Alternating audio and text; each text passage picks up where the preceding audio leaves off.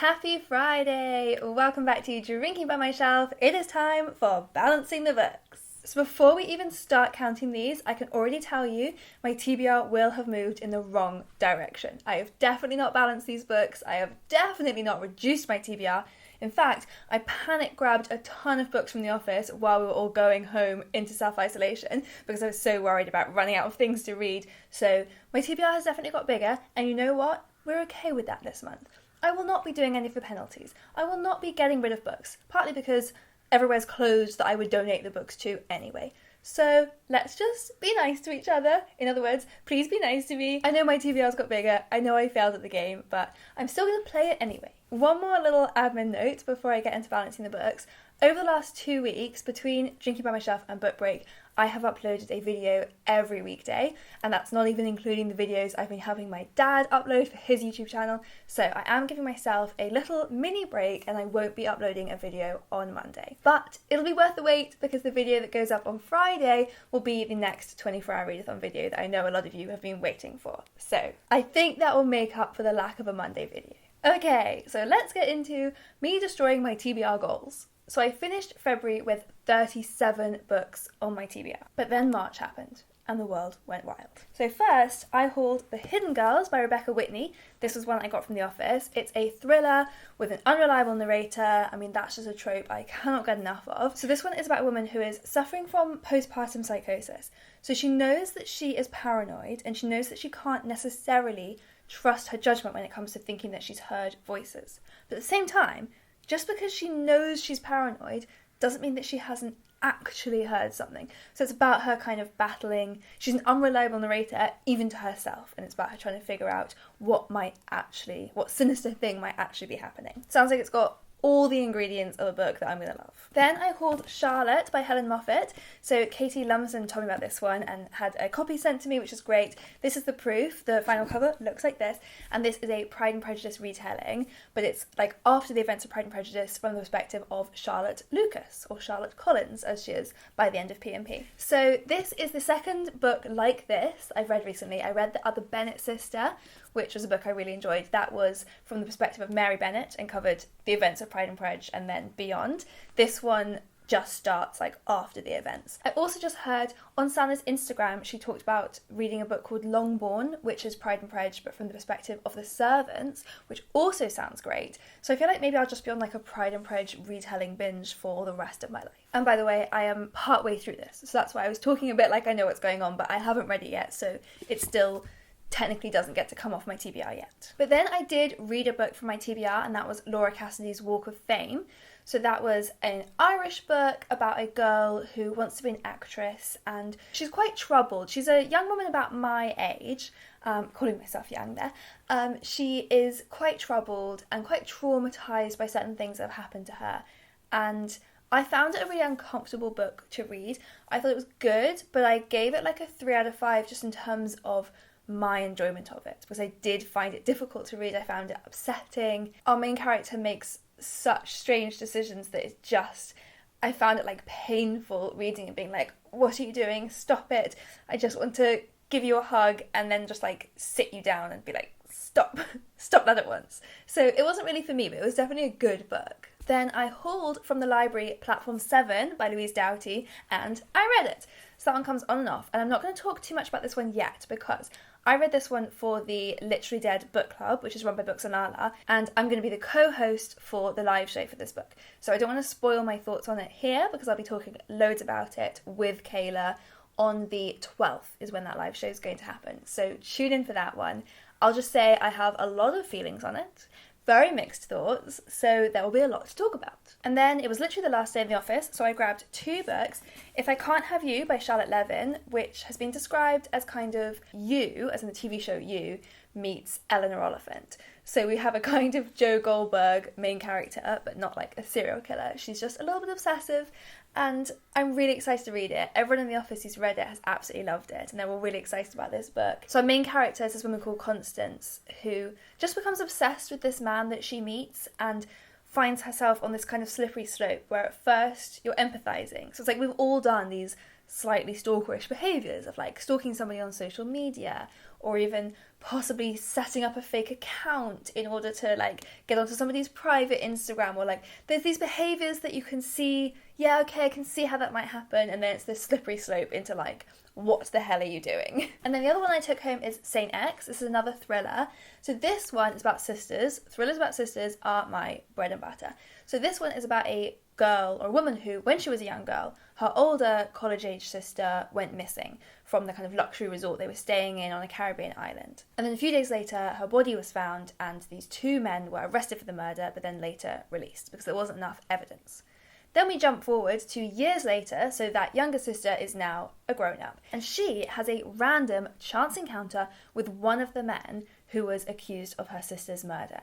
And so she like sets out on this kind of obsessive hunt to find the truth. Sounds fantastic. Then I hauled a digital version of How to Disappear, which is Gillian McAllister's latest book. It's not out yet, I think it's out in the summer, and I read it straight away and I absolutely loved it. So I'm a massive Gillian McAllister fan. I've talked about her a lot. I made a whole video dedicated to her, which I will link to, and I also talked about her book, Anything You Do Say, in a recent video I made where I talked about books that I didn't give 5 stars but should have, because in retrospect that book was a 5-star. How to Disappear was straight off the bat a 5-star read for me. I absolutely loved this one. It's about a teenage girl who ends up having to go into witness protection because of she was the sole witness to this crime and gave evidence in court, and for reasons you will find out, she ends up having to go with her mother into witness protection. And this is kind of what Gillian McAllister is so good at. She writes thrillers that are so gripping. There's like a legal aspect to it, which is really page-turning. They're really scary. My heart was properly banging, and like at one point I didn't even want to go outside to let Hippo out to go out because I was like, if I open my door, there's going to be a man in the garden. Like, they're really, really proper, thrilling books. But at the same time, Gillian McAllister writes such good characters. You fully believe the characters, you fully care about the characters, and they're all so different and so complex, so they feel like real people that you actually know in your life. Obviously, it's not like those things are mutually exclusive, but often when I read thrillers, it doesn't have as much emphasis on really great character development because that's not what you pick up that book for. You know, it's not criticism, that's just, you're more focused on the plot. Whereas Gillian McAllister is one of the authors who does an amazing job of combining both. So this book, as well as being scary, is also really sad. It's really, really thought-provoking, like thinking about everything that goes into going into witness protection. I don't think I'd ever considered that before. I always thought of witness protection as like kind of an exciting thing. And actually, really, this book brought to life how devastating it is having to let go of an entire past life and then having to try and build a new life when you're hiding so many secrets. It was just like such an amazing exploration of that experience, as well as a page-turning plot. And I loved it, and I cannot wait for you all to read it. Next, Claire Fenby sent me The Lonely Fajita by Abigail Mann, which I'm so excited to curl up with and read. It seems perfect, especially for right now. I mean, like, look at that picture on the front cover. The tagline is, suddenly single and not quite ready to mingle. So it's about a girl who's just broken up with her boyfriend, and it looks like it's going to be a really cosy self-isolation read. Then I read The Turn of the Key. I read that one on Scribd, so it's kind of like I hauled it and read it all in one go. I buddy read that one with Emma Tobias, and I actually really enjoyed it. I don't think it was great. So this is a Ruth Ware book, and I've read 3 Ruth Ware books now, and they've all been disappointing to me.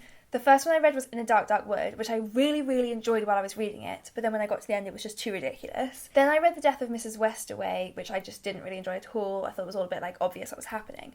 Then I read this one, and this was my favourite so far, definitely. I really enjoyed it while I was reading it. A lot of people said they hated the ending. I didn't hate the ending at all.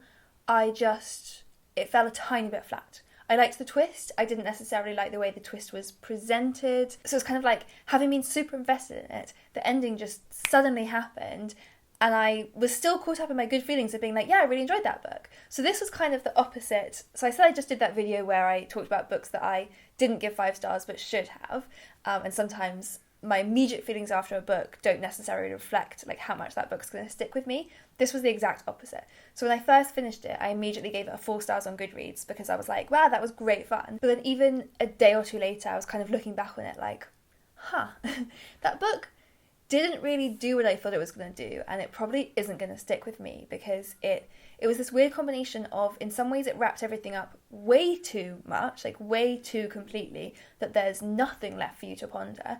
But then there were some elements that I was like, well, that then just never got addressed again. So it was so close. It was so close to being a Ruth Ware that I actually really enjoyed. So maybe the next one will give me everything that I need. And then I read a book from my existing TBR, so rare when that happens. That was Why We Broke Up by Daniel Handler. This was a book. I'm going to talk about this one properly when I do my next Trash My TBR video. But you guys really, really went hard on trashing this one. And it was the only book that I defied you on. Everything else that you guys trashed, I deleted it from my Goodreads and I didn't get it. This one, almost everyone said they hated it and it was terrible. And for some reason, I couldn't let it go and I ordered it anyway. I know ideally I should not give you spoilers about my thoughts on it until my Trash My TBR video, but I already talked about this one in my Cozy Reading Night vlog. So you guys already know that I enjoyed it. So I'll admit, yes, I enjoyed it, but I'm going to save my full thoughts on it until we do that Trash My TBR catch-up video. And then there was some more book hauling. So even though I had at this point left the office, I'd already ordered some books ahead to my house. So there are quite a few of these. I got Mountain Road Late at Night by Alan Rossi. This sounds like a really, really sad one. So I ordered these for book break videos, but then they were in my house, so now I get to keep them. This one is about a couple who are driving home late at night, one night after a party, and are in a car accident and killed. And they leave behind a 4-year-old boy or young boy. And the book basically takes turns going in the minds of different members of their family, kind of coping with that grieving process. So it sounds devastating, but also really beautiful, and apparently it has an amazing use of the setting in this mountain road, so I'm really excited about this one, even if it will probably make me cry. I got Jack and Bet by Sarah Butler, which also sounds like a bit of a tearjerker. This one's about a married couple who've been married for 70 years, maybe they're 70 years old, or they've been married for 70 years, can't remember, 70 somewhere in there, and now their son wants to move them to somewhere with round-the-clock care, but they think they can manage. And then there's also a secret, I don't know what it is, but Bet has been hiding a secret from Jack for years, and when that comes up, there's going to be all kinds of problems. And I think they also make an unlikely friendship with a young Romanian woman called Marinella, and this friendship kind of has impact on all of their lives. So it sounds like a really beautiful, moving book. I got From the Wreck by Jane Rawson, which is definitely outside my comfort zone. So this is a sci-fi, or a speculative sci-fi historical fiction novel. Sci-fi and historical fiction are two genres that are generally outside my comfort zone, but I have recently started enjoying historical fiction more, and I have also started reading speculative fiction more so than hard sci-fi. And this book was on the shortlist or long list, whichever one got announced recently, for the Kitschies Awards, which is for speculative fiction. And it did just inspire me, maybe I should give this one a go. I mean, Simon Savage absolutely loved it. He's blurbed on the front. I don't know much about this other than it's based on a real shipwreck, but it has these supernatural elements. So I think either I will read a bit of it and find that it's goes over my head and I have to DNF it, or I might absolutely love it. And then two more from work, but these ones I don't have physically. I downloaded these from NetGalley. One is The Glass Hotel by Emily St. John Mandel. So she's the author of Station 11, which I feel that's her book that's most relevant right now, seeing as it's about a pandemic that wipes out the majority of the population. So maybe a little bit too scared to read that right now. But The Glass Hotel is her next book. This one's about two siblings, and we kind of check in on them at various points in their life. But there's supposed to be these mystery elements to it. And also, I don't remember Station 11 very well. I have read it. I don't quite remember all the characters. But apparently in this one, some of the characters exist in this universe as well. But this is a parallel universe where the Georgian flu never happened. So people who died of the flu are alive and fine in this book. But it's the flu existed, but it wasn't that big a deal, and then people were just okay. That's a very small element of it. It's definitely not a Station 11 counterpart. It's its own book. It's just that it has these little Easter eggs that I'm wondering if I'll even notice, because it's been so long since I read Station 11. And the other NetGalley I got was Summerwater by Sarah Moss, which is about several families at this isolated Scottish resort. I think this one's set all in the course of one day, and it's tensions rising between these families throughout the day, and then some major incident, we don't know what, is going to happen. So very, very intriguing. I've never read any Sarah Moss, but I've heard great things about her other books, so I'm excited. And then I got down to my parents' house and I raided their bookshelves, so I stole these two for my own TBR. This one is Wait by Jeanette Winterson, which I then did read, and I didn't enjoy it. I was really excited about this one. I've had this kind of on my radar vaguely for years, and it just wasn't really for me. I didn't really get it. But the one that I am so sure I'm going to like is The Heart's Invisible Furies by John Boyne. My whole family, except for me, have read this one and absolutely loved it.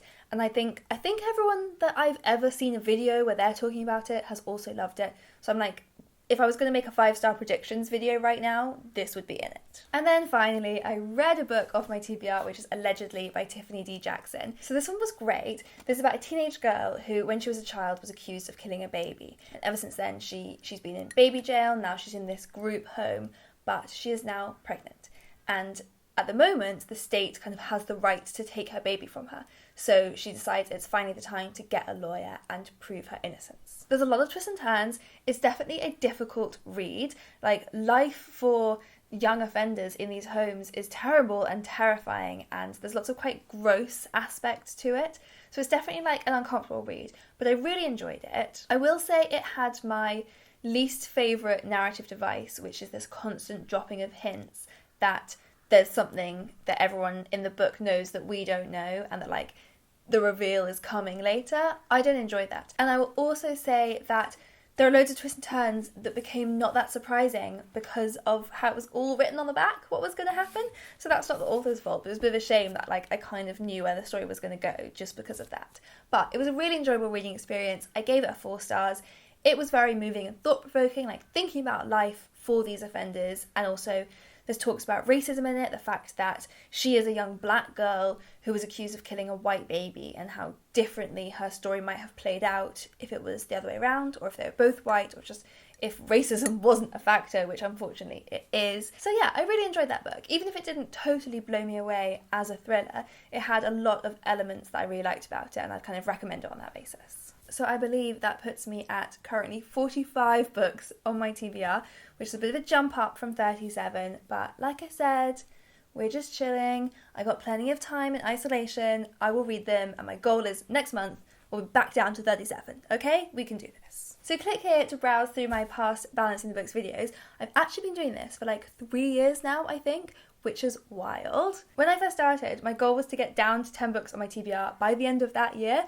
3 years later, we're still not there, but we are making progress. So I will see you guys next Friday.